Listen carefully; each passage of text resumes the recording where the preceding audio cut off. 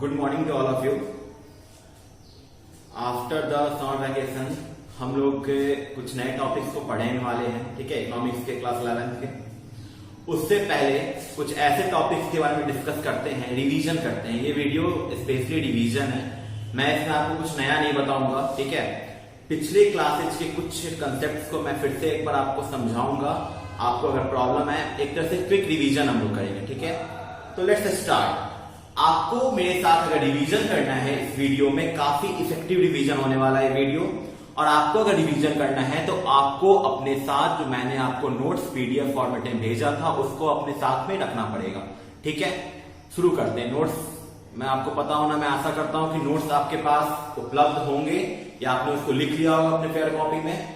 तो मैंने पहला जो आपको नोट्स भेजा था उसमें सबसे पहले बताया था इकोनॉमिक्स का डिफिनीशन। क्या बताया था मैंने आपको?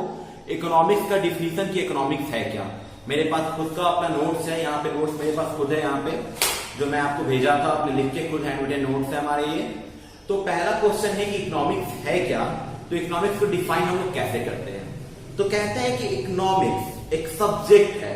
मेरे साथ बोलिए, इकोनॉमिक्स क्या है? एक सब्जेक्ट है which studies about the management of states resources. किसके बारे में पढ़ाई करता है वो? स्टडी किसके बारे में हम लोग करते हैं? मैनेजमेंट। किसका मैनेजमेंट भैया? States resources. अब पहला पॉइंट आया कि स्टेट्स रिसोर्सेज है क्या। स्टेट्स रिसोर्सेज है क्या? तो ऐसे रिसोर्सेज जिनकी कमी हमारे देश में, हमारे विश्व में है, ठीक है। कोई भी चीज हमारे देश में कंप्लीटली क्या फुलफिल नहीं हो पाता है, ठीक है। आप अपने वांट्स को कंप्लीटली फुलफिल नहीं कर सकते due to lack of money कह लीजिए, लैक ऑफ टाइम कह लीजिए। तो इकोनॉमिक्स क्या है? इकोनॉमिक्स एक सब्जेक्ट है जो क्या स्टडी कराता है? मैनेजमेंट ऑफ स्टेट्स रिसोर्सेज के बारे में। किसके प्रेजेंस में? स्कार्सिटी के प्रेजेंस में। क्लियर है? आगे फिर मैंने आपको बताया था कि इकोनॉमिक्स के डिफिनीशन को 4 डिफिनीशन इसके दिए गए थे। पहला था वेल्थ डिफिनीशन, दूसरा है वेलफेयर डिफिनीशन, तीसरा है स्कार्सिटी, चौथा है डेवलपमेंट डिफिनीशन। तो वेल्थ डिफिनीशन किसने दिया था? तो आपको पता होगा कि फादर ऑफ इकोनॉमिक्स किसे कहते हैं हम father of economics Adam Smith को कहते हैं। किसको कहते हैं father of economics? Adam Smith को। उन्होंने दिया था वेल्थ डिफिनीशन। फिर अगला डिफिनीशन है हमारा कौन सा? Welfare definition. वेलफेयर डिफिनीशन किसने दिया था स्टूडेंट? मार्शल ने। किसने दिया था? मार्शल ने। अगला है हमारा स्कार्सिटी डिफिनीशन, जिसको किसने दिया था? रॉबिन्स। किसने दिया था? रॉबिन्स ने। और लास्ट है हमारा डेवलपमेंट डिफिनीशन, जिसको दिया किसने था? सैमुअल्सन ने, ठीक है। तो हमने अभी तक क्या देखा? हमने अभी तक ये देखा है कि आपको इकोनॉमिक्स है क्या? तो subject which studies about the management of what? States resources in the presence of scarcity. Clear? Straight forward definition है, इससे आपको क्लियरली कंसेप्ट समझ में आएगा। अगला कि स्कार्सिटी है क्या। अब एक बात बताइए, कमी क्या होगी? कमी क्या होने वाली है? अगर आपको एक बाइक खरीदनी है, ठीक है, आप 11th में गए, ठीक है, आप 10th पास किए, पापा ने आपके प्रॉमिस किया था कि अगर बेटा तू 90% के प्लस लाएगा तो मैं तुम्हें एक बाइक खरीद के दूंगा, ठीक है। अब यहां पर एक बात है कि आपके पापा ने आपसे वादा किया था कुछ कि आपको खरीद के देंगे, लेकिन पापा की economic condition due to lockdown उनकी जॉब चली गई और जॉब की जाने की वजह से सैलरी उन्हें नहीं मिल रही है। तो सैलरी नहीं मिल रही है तो उनके पास फ्लो तो नहीं है इनकम का फ्लो तो है नहीं। तो वो क्या करेंगे? अपने वांट्स को क्या करेंगे? फुलफिल कर पाएंगे? अब आपको बाइक खरीदनी थी आपको पापा को आपके लिए, लेकिन अब वो खरीद पाएंगे? बिल्कुल नहीं। क्यों? क्योंकि उनके पास इनकम का फ्लो रुक गया है। तो स्कार्सिटी ये कहता है कि जब आपका जो रिसोर्सेज का नीड है, जब रिसोर्सेज का आपका नीड है वो क्या हो? ज्यादा हो। किससे? सप्लाई से। मतलब डिमांड ज्यादा हो और सप्लाई क्या हो? कम हो। तो क्या प्रॉब्लम आएगा? Problem of scarcity arises. यहीं पे स्टेट्स रिसोर्सेज का कंसेप्ट है कि जब डिमांड किसी चीज का ज्यादा हो और इस चीज का सप्लाई क्या हो? कम हो, तो वो क्या कहलाएगा? स्कार्सिटी हम लोग इसको कहते हैं। जैसे लॉकडाउन शुरू हुआ तो सबसे पहले क्या था? सैनिटाइजर और मास्क की काफी ज्यादा स्कार्सिटी। लोग बोलते थे घर में आम बोलचाल की भाषा में कि मास्क की स्कार्सिटी है, आपको सैनिटाइजर की स्कार्सिटी है। कहने का मतलब क्या? कि सैनिटाइजर की स्कार्सिटी कहने का मतलब क्या है? मतलब ये है कि लोग उस चीज को डिमांड ज्यादा कर रहे हैं लेकिन कंपनीज उसको सप्लाई नहीं कर पा रही है, ठीक है। ये स्कार्सिटी डिफिनीशन। अगला, इकोनॉमिक्स को हम लोग 2 ब्रांचेज में बांटे हुए हैं, ठीक है। इकोनॉमिक्स को हम लोग कितने ब्रांचेज में बांटे हैं? 2 में। पहला है माइक्रो इकोनॉमिक्स। पहला क्या है? Micro economics. दूसरा है हमारा मैक्रो इकोनॉमिक्स। काफी नाम से क्लियर होगा, माइक्रो इकोनॉमिक्स और एक है मैक्रो। माइक्रो इकोनॉमिक्स जो है ग्रीक वर्ड माइक्रोस से आया है, MIKROES, माइक्रोस। इसका मतलब क्या होता है? इसका मतलब होता है स्मॉल और इंडिविजुअल। जब हम इकोनॉमिक्स में स्मॉल यूनिट्स के बारे में, इंडिविजुअल यूनिट्स के बारे में पढ़ाई करते हैं तो वो क्या कहलाता है? हमारा माइक्रो इकोनॉमिक्स कहलाता है। क्लियर है? अब मैंने आपको बताया था पिछले वीडियो में कि main tools of micro economic क्या होता है। माइक्रो इकोनॉमिक के मेन टूल्स क्या होते हैं? तो इंडिविजुअल डिमांड और individual supply, they are both are the tools of micro economic. Clear है? उसके बाद माइक्रो इकोनॉमिक्स को हम लोग एक और नाम से जानते हैं, जिसको हम लोग क्या कहते हैं? Price theory. क्या कहते हैं हम लोग? प्राइस थ्योरी कहते हैं। ठीक है? अब इसका example salary of a individual. अब मान के चलिए कि आपके पापा टीचर है, ठीक है, और उनको सैलरी किसी स्कूल से मिल रही है 15,000 रुपए, तो वो क्या होगा? उनका इकोनॉमिक्स किस प्रकार का है? माइक्रो है, क्योंकि उनकी इंडिविजुअल की। लेकिन वहां पे अगर एक बात करते हैं कि इस देश में हजारों गवर्नमेंट टीचर होंगे, लाखों गवर्नमेंट टीचर होंगे, उनको सैलरी कौन दे रही है? सरकार दे रही है, भारत सरकार, राज्य सरकार सैलरी दे रही है। तो वो सब्जेक्ट क्या है? जब बहुत लार्ज अमाउंट में जब हम बातें करते हैं, जब हम टोटल की बात करते हैं, तो वो क्या कहलाएगा? हमारा मैक्रो इकोनॉमिक। तो उसको समझते हैं कि मैक्रो इकोनॉमिक्स है क्या। क्लियर है? देखिए, कहता है कि मैक्रो इकोनॉमिक्स जो वर्ड है वो ग्रीक वर्ड माइक्रोस से निकला है। किससे निकला है? मैक्रोस जो ग्रीक वर्ड है उससे निकला है। इसका मतलब होता है एग्रीगेट और टोटल। जब हम किसी इकोनॉमी में टोटल की बात करते हैं, किसकी बात करते हैं? टोटल की, ना कि इंडिविजुअल की, टोटल समूह की बात करते हैं, तो वो हमारा क्या कहलाता है? मैक्रो इकोनॉमिक्स कहलाता है। क्या कहलाता है? मैक्रो इकोनॉमिक्स, जिसमें हम लोग नेशनल इनकम के बारे में पढ़ते हैं, बजट के बारे में पढ़ते हैं, बैलेंस ऑफ पेमेंट के बारे में पढ़ते हैं। क्लियर है? उसके बाद मैक्रो, जिस तरह से माइक्रो इकोनॉमिक्स का मेन टूल आपको क्या था? Individual demand and individual supply, उसी तरह से मैक्रो इकोनॉमिक्स का मेन टूल क्या होगा? Aggregate demand and aggregate supply. जिस तरीके से माइक्रो इकोनॉमिक्स को हम लोग प्राइस थ्योरी कहते थे, इसको हम लोग क्या कहते हैं? हम लोग इसको इनकम एंड एम्प्लॉयमेंट थ्योरी कहते हैं। कौन सा थ्योरी कहते हैं student? Income and employment theory. Clear है? उसके बाद अगला टॉपिक है कि पॉजिटिव साइंस के बारे में बताया था और नॉर्मेटिव साइंस के बारे में आपको बताया था। अब एक बात बताइए कि भारत का पॉपुलेशन बढ़ रहा है, भारत का पॉपुलेशन बढ़ रहा है, इंडिया पॉपुलेशन इज राइजिंग। ये कौन सा लैंग्वेज है? ये पॉजिटिव लैंग्वेज की तरफ हम लोग बात करें कि क्या हो रहा है। तो व्हाट इज, व्हाट है, मतलब क्या हो रहा है? तो भारत का पॉपुलेशन बढ़ रहा है, लेकिन इसको रोका कैसे जाए? How should it be controlled? मतलब हम उसके क्योर की बात कर रहे हैं। Positive science only deals with what is, what will be, मतलब वो चीज क्या है और क्या होगा। हम उसके क्योर की बात नहीं कर रहे कि हम उस प्रॉब्लम को कैसे ठीक करेंगे। और जो साइंस इस प्रॉब्लम को ठीक करेगा कि पॉपुलेशन को कैसे कंट्रोल करना चाहिए, वो साइंस हमारा कहलाएगा नॉर्मेटिव साइंस। क्या कहलाएगा? Normative science. The basic difference lies between positive science and normative science.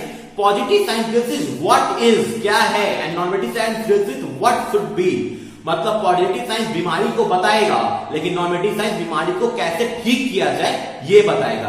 Clear है? पॉजिटिव बहुत ही कंसाइज वे में मैंने आपको समझाने की कोशिश की है एक लेमन के लैंग्वेज में कि पॉजिटिव साइंस और नॉर्मेटिव साइंस में क्या अंतर होता है बेसिक। क्लियर है? मैंने इससे पहले आपको बता चुका हूं एक बार, लेकिन ये रिवीजन क्लास है तो मैं आपको क्विक रिवीजन करा रहा हूं टॉपिक्स का, कि आने वाले क्लासेज में आपको पीछे का कंसेप्ट क्लियर नहीं है। क्योंकि अगर आपका फाउंडेशन ही क्लियर ना रहेगा तो उसके ऊपर आप कुछ भी बना नहीं सकते हैं। अगर घर की नींव कमजोर है तो घर के ऊपर छत कभी खड़ा नहीं हो सकता है।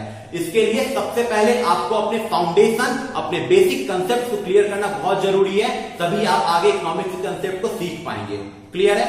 उसके बाद हम लोग बात करते हैं अगला जो है कि इकोनॉमी कितने तरह का होता है। ठीक है? इकोनॉमी कितने तरह का होता है वो हम देखते हैं। तो इकोनॉमी जनरली हम लोग 3 तरह के इकोनॉमी में डील करते हैं। पहला हमारा है मार्केट इकोनॉमी, दूसरा हमारा है सोशलिस्ट इकोनॉमी, तीसरा हमारा है मिक्स्ड इकोनॉमी। अब ये तीनों इकोनॉमी को हम काफी डिटेल में जानेंगे कि पहले आपको मैंने क्लासेस में बताया कि तीनों इकोनॉमी क्या है, लेकिन अब इसको थोड़ा सा डिटेल में एक लेमैन के लैंग्वेज में कि क्या इकोनॉमी में है। पहला हम बात करते हैं सोशलिस्ट इकोनॉमी की। हम बात किसकी करते हैं? Socialist economy. सोशलिस्ट इकोनॉमी नाम से ही कि समाज, और जहां समाज है वहां सरकार है, क्योंकि सरकार किससे बनती है? समाज के लोगों से ही सरकार का गठन होता है। तो जहां पे सारा कुछ सरकार कंट्रोल करती है, गवर्नमेंट कंट्रोल करती है, ऐसी इकोनॉमी कहलाती है हमारी गवर्नमेंट इकोनॉमी। क्या कहलाती है? Government economy, socialist economy. अगला हमारा है मार्केट इकोनॉमी। अगला हमारा क्या है? मार्केट इकोनॉमी, जहां पे सब कुछ कौन कंट्रोल करेगा? Private individual, private units control करेंगे जिस इकोनॉमी को, वो इकोनॉमी हमारा क्या कहलाएगा? मार्केट इकोनॉमी कहलाएगा। जहां पे सब कुछ क्या होगा? प्राइवेटली डील होगा। वहां पे गवर्नमेंट का इंटरवेंशन निल होगा, बिल्कुल भी जीरो। वहां पे गवर्नमेंट कुछ भी नहीं करेगी। लेकिन अगर बात करते हैं सोशलिस्ट इकोनॉमी की, तो वहां पे सब कुछ कौन करता है? वहां पे सब कुछ गवर्नमेंट डील करती है, ना कि प्राइवेट डील करती है। अब एक बात बताइए, ये इकोनॉमी कहीं आपको जस्टिफाइड लगता है कि जहां पे सब कुछ गवर्नमेंट हो, जहां पे सब कुछ प्राइवेट हो? आपको हक अधिकार दोनों एक देना चाहिए, गवर्नमेंट को भी और प्राइवेट को भी। तो जो इकोनॉमी गवर्नमेंट को भी अधिकार देती है और प्राइवेट को भी अधिकार देती है, वो इकोनॉमी कहलाती है मिक्स्ड इकोनॉमी। क्या कहलाती है students? Mixed economy. Mixed economy क्या कह सकते हैं कि जहां पे गवर्नमेंट का भी इंटरवेंशन हो और प्राइवेट इंडिविजुअल्स का भी इंटरवेंशन हो। जैसे हमारा इंडिया, इंडिया में क्या है? आपने नवरत्ना का नाम सुना होगा। नवरत्न क्या है? एनटीपीसी, भेल, सेल, गेल, ये सब क्या है? गवर्नमेंट ऑपरेटिंग कंपनीज है। इसमें प्राइवेट का कोई हाथ नहीं है। लेकिन हम आपको रिलायंस, बिरला, ये सब क्या है? अडानी, विल्मर, ये सब क्या है? प्राइवेट कंपनीज है। तो इंडिया में तो दोनों एग्जिस्ट करती है। अब आपके मन में डाउट आएगा, जी हाँ, बिल्कुल दोनों एग्जिस्ट करती है। गवर्नमेंट में कंपनीज एग्जिस्ट करती है और प्राइवेट कंपनीज भी। That's why India is called a mixed economy. ठीक है। अब सोशलिस्ट इकोनॉमी का एग्जांपल कि किस कंट्री में सोशलिस्ट इकोनॉमी को फॉलो किया जाता है, तो आंसर क्या है कि चाइना में सोशलिस्ट इकोनॉमी को फॉलो किया जाता है। कैपिटलिस्ट इकोनॉमी किस कंट्री में फॉलो किया जाता है स्टूडेंट्स? अमेरिका में, यूएसए में कैपिटलिस्ट इकोनॉमी को फॉलो करते हैं। एंड लास्ट मिक्स्ड इकोनॉमी, किस कंट्री में फॉलो करते हैं हम लोग? इंडिया में। किससे फॉलो करते हैं? इंडिया में। अब एक और बात, हम लोग कैपिटलिस्ट इकोनॉमी को मार्केट इकोनॉमी भी कहते हैं, फ्री इकोनॉमी भी कहते हैं और लेस फेयर इकोनॉमी भी कहते हैं। आपको मैंने वीडियो के स्टार्ट में बोला था, स्टार्टिंग में ही, कि आप अगर रिवीजन करेंगे, इस वीडियो को देख रहे हैं, तो आपको नोट्स जो मैंने पहले भेजा था, उस नोट्स के साथ ही आपको इस वीडियो को देखना है। अन्यथा ये वीडियो देखने से आपको किसी प्रकार का कोई प्रॉफिट होने जाने को नहीं है। मैंने जो आपको नोट्स भेजे हैं पीडीएफ में, उसको फेयर कॉपी में अगर आप किए होंगे, तब ये वीडियो आपके लिए प्रोडक्टिव साबित होगी। आगे अगला है कि हम सोशलिस्ट इकोनॉमी को किस नाम से जानते हैं? तो सोशलिस्ट इकोनॉमी को कमांड इकोनॉमी के नाम से जानते हैं, प्लान्ड इकोनॉमी के नाम से जानते हैं। क्लियर है? अगला क्वेश्चन है कि हम पढ़ाएंगे कि what are the central problems. ये बहुत है, मैंने एक क्लास पूरा आपको इसमें बताया था कि सेंट्रल प्रॉब्लम्स क्या है। सेंट्रल प्रॉब्लम्स मैंने आपको बताया था, सेंट्रल प्रॉब्लम्स 3 होते हैं। क्या? What to produce, how to produce, for whom to produce. What to produce मतलब प्रोड्यूस क्या करना है। मैंने आपको बताया था कि किस गुड्स को ज्यादा प्रोड्यूस करेंगे। हमारी इंडिया जैसी कंट्री में अगर हम सिर्फ BMW कार बनाएंगे या मर्सिडीज कार बनाएंगे, तो क्या इंडियंस का फायदा होगा उससे? क्योंकि सारे इंडियंस के पास अंबानी जितना पैसा तो है नहीं। सारे इंडियंस क्या है? मिडिल क्लास है, कुछ रिच है, कुछ अल्ट्रा रिच है। लेकिन हमारी इकोनॉमी किसको फॉलो करती है? हमारी इकोनॉमी लग्जरियस गुड्स के बजाय कंज्यूमर गुड्स बनाने में ज्यादा बिलीव करती है। मतलब कि ऐसे गुड्स जो क्या कर सके, लोग खरीद सके, लोग की परचेजिंग पावर हो वो खरीदने की, तो वैसा गुड्स क्या है? Consumer goods. हमारी कोई भी इकोनॉमी, जो इकोनॉमी जहां पे मिक्स्ड है, जहां पे पॉपुलेशन क्या है, लोग गरीबी रेखा के नीचे ज्यादा पॉपुलेशन रहता है, वो कभी भी लग्जरियस गुड्स को नहीं बनाएगी। क्लियर है? तो व्हाट टू प्रोड्यूस मतलब क्या प्रोड्यूस करना है? तो हमको ऐसे गुड्स प्रोड्यूस करने हैं जो हमारी कंज्यूमर अवेल कर सके। ऐसा नहीं कि हम BMW बना दें और सिर्फ वो स्टॉक में रखे सब सड़ जाए, ऐसा गुड्स बिल्कुल प्रोड्यूस नहीं करना है। नेक्स्ट, हाउ टू प्रोड्यूस, कैसे प्रोड्यूस करना है भैया? मैंने आपको बताया 2 टेक्निक। कौन सा टेक्निक? पहला लेबर इंटेंसिव, दूसरा कैपिटल इंटेंसिव।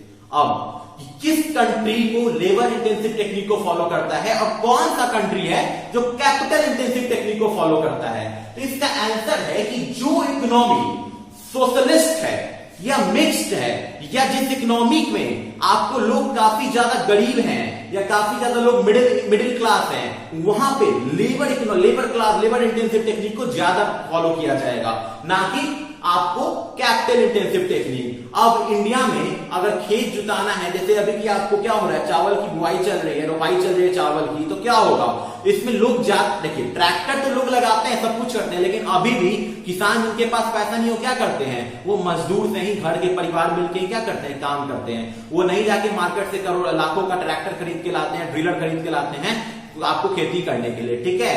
तो कोई भी इकोनॉमी में आपको दो तरह के टेक्निक्स होते हैं, एक प्रोडक्शन के, एक होता है लेबर इंटेंसिव, एक होता है कैपिटल इंटेंसिव। लेबर इंटेंसिव सस्ता होता है और कैपिटल इंटेंसिव महंगा होता है। अगला, फॉर हुम टू प्रोड्यूस, किसके लिए प्रोड्यूस करना है। अगर आप प्रोडक्शन कर रहे हैं तो लोगों के लिए, अपने देश की जनता के लिए प्रोडक्शन कर रहे हैं। क्या हमारी जनता सारी अंबानी है? बिल्कुल नहीं। क्या हमारी जनता सारी गरीब है? बिल्कुल नहीं। मतलब कैटेगराइजेशन बना हुआ है कि on the basis of income level हम यहाँ के पॉपुलेशन को 3 भागों में बांटते हैं। पहला क्या होता है, हमारा हो गया पुअर, ठीक है। तो पहला क्या हो गया, पुअर हो गया। दूसरा हो गया मिडिल क्लास, तीसरा हो गया आपको रिच।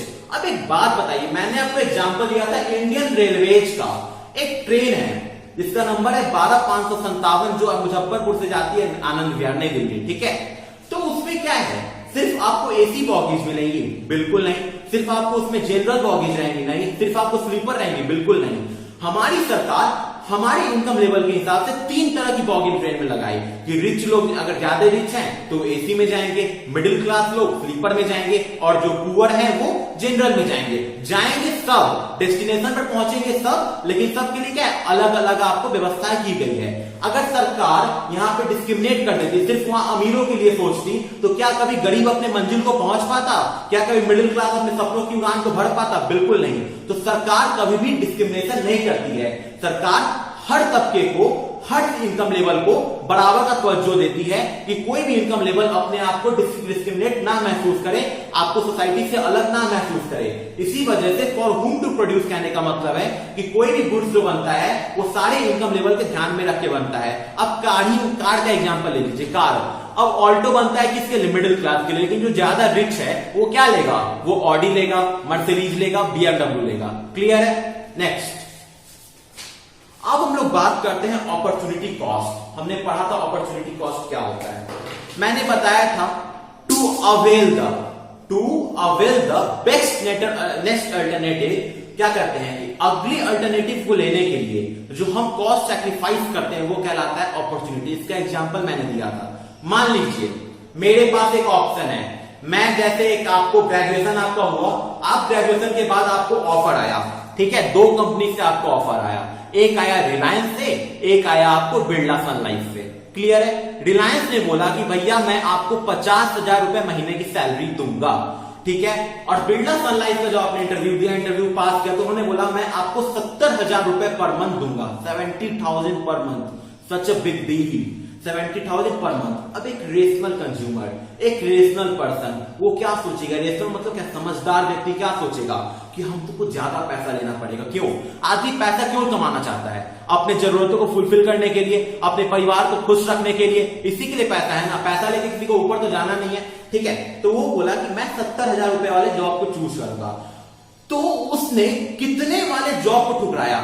50,000 रुपए की जॉब को उसने ठुकरा दिया। किसके लिए? 70,000 के लिए। तो वही डिफिनेशन कहता है to avail the next better alternative. मतलब अगले बेटर अल्टरनेटिव को आपको क्या करने के लिए, अवेल करने के लिए, प्राप्त करने के लिए, जिस कॉस्ट को आपने सैक्रिफाइस किया, द फॉरगोन और sacrifice cost is called opportunity cost. मतलब यहाँ पे रिलायंस के कॉस्ट क्या हो जाएगा? 50,000 आपका अपॉर्चुनिटी कॉस्ट। क्यों? क्योंकि आपने 70,000 वाले ऑफर को अवेल किया है। तो डिफिनेशन नहीं कहता है ना to avail the next better alternative, मतलब अच्छे अल्टरनेटिव को लेने के लिए जो कॉस्ट हम सैक्रिफाइस करते हैं वो कॉस्ट हमारा क्या कहलाता है? अपॉर्चुनिटी कॉस्ट कहलाता है। क्लियर है। अगला, प्रोडक्शन पॉसिबिलिटी कर्व। बहुत इंपॉर्टेंट टर्म था, मैंने आपको बताया था प्रोडक्शन पॉसिबिलिटी कर्व क्या है। तो कहता है कि a curve which shows different possibilities of 2 goods, production of 2 goods with limited resources and technology. मतलब लिमिटेड रिसोर्सेज एंड टेक्नोलॉजी का यूज करके हमें जब 2 गुड्स बनाते हैं तो जो कर्व बनाते हैं वो क्या कहलाता है? Production possibility curve. अब एक बात बताइए, किसी को अगर मान 2 गुड्स बनाने हैं, आपके पास लिमिटेड रिसोर्सेज एंड टेक्नोलॉजी है, अब एक गुड्स कम बनाएंगे तभी तो दूसरा गुड ज्यादा बना पाएंगे, क्योंकि टेक्नोलॉजी और हमारे पास पैसा क्या है, लिमिटेड है। सिंपल सी बात है कि जब एक कम बनाएंगे दूसरा ज्यादा बनाएंगे, एक ज्यादा बनाएंगे दूसरा कम बनाएंगे। क्लियर है? आपको फिर मैंने बताया था कि पीपीसी के फीचर्स, तो पीपीसी क्या होता है, डाउनवर्ड स्लोपिंग होता है, कनकेव टू द ओरिजिन होता है। तो अब हम पढ़ रहे हैं यूटिलिटी क्या है। अब क्या पढ़ रहे हैं हम लोग, utility, capacity of any commodity. ठीक है, the capacity of any commodity to satisfy human wants, मतलब मानव इच्छा को पूर्ण करने के लिए जो कैपेसिटी है किसी भी कमोडिटी की, वो कहलाती है यूटिलिटी। अब एक बात बताते हैं, चलिए यूटिलिटी का मैंने डिफिनेशन क्या बताया, the capacity of any commodity to satisfy human want, मतलब किसी भी कमोडिटी से जब अगर ह्यूमन वांट सेटिस्फाई करता है तो यूटिलिटी कहलाएगी। क्लियर है? यूटिलिटी दो टाइप की थी, मार्जिनल एंड टोटल। अब यहां पर आएगा इंपॉर्टेंट कंसेप्ट जो मैंने आपको बताया था। क्या बताया था मैंने, चलिए अब बताया क्या था ये सुनिए। मान के चलिए आप आए हैं बाहर से, बहुत अच्छी बात है, आप पढ़ लिख कर आए बाहर से, मम्मी घर पे आए, आप काफी पतले हो गए थे, मम्मी बोली खाना खा लो। ठीक है, आपको बहुत कस के भूख लगी थी। ठीक है, मम्मी आई, गरम गरम रोटी दी और आपको दाल दी खाने के लिए कि रोटी दाल खाओ बेटा। पहला रोटी दी, आपको भूख बहुत तेज लगी हुई थी, पहला रोटी जैसे ही खाएंगे आपकी भूख कम होगी कि बढ़ेगी, ऑब्वियस सी बात है कम होगी। दूसरा रोटी खाएं, भूख और कम होगी। तीसरा रोटी खाएं, भूख और कम होगी। एक ऐसा समय आएगा कि पांचवा रोटी खाने पे भूख आपकी क्या होगी, पूरी तरह से खत्म हो जाएगी। लेकिन आपको मम्मी ने बोला नहीं अभी तो और खाना है, मम्मी को बोलो कि नहीं मम्मी अब तो आप खाएंगे उल्टी हो जाएगा। आपने छठा रोटी जैसे ही खाया आपको उल्टी हो गई। यहां पर क्या था कि जब तक आप कंज्यूम कर रहे थे, जब तक आपका पूरी तरह से यूटिलिटी आपको फुलफिल किया, आपको मन पूरा पेट भर गया, लेकिन आप जैसे ही एक्सेस अमाउंट पे कंज्यूम किए आपको क्या हो गया, रिजल्ट निगेटिव आने लगा। उसी तरह से कहता है कि पहले यूटिलिटी क्या होता है, मार्जिनल यूटिलिटी, पहले तो आपको धीरे धीरे घटेगा। मैंने आपको बताया था कि इनिशियली मार्जिनल यूटिलिटी डिक्रीजेज, पहले घट जाता है। एक ऐसा समय आता है कि जब वो जीरो हो जाता है, मतलब पेट भर जाता है, और लास्ट में क्या होगा, निगेटिव हो जाएगा। लास्ट में यूटिलिटी हमारा क्या हो जाएगा, निगेटिव हो जाएगा। तो सबसे पहले क्या हुआ, आपने रोटी खाई, आपकी भूख बढ़ी घटी, तो मतलब इनिशियली एमयू डिक्रीजेज, मतलब एक रोटी खाने के बाद मेरी यूटिलिटी घट रही है।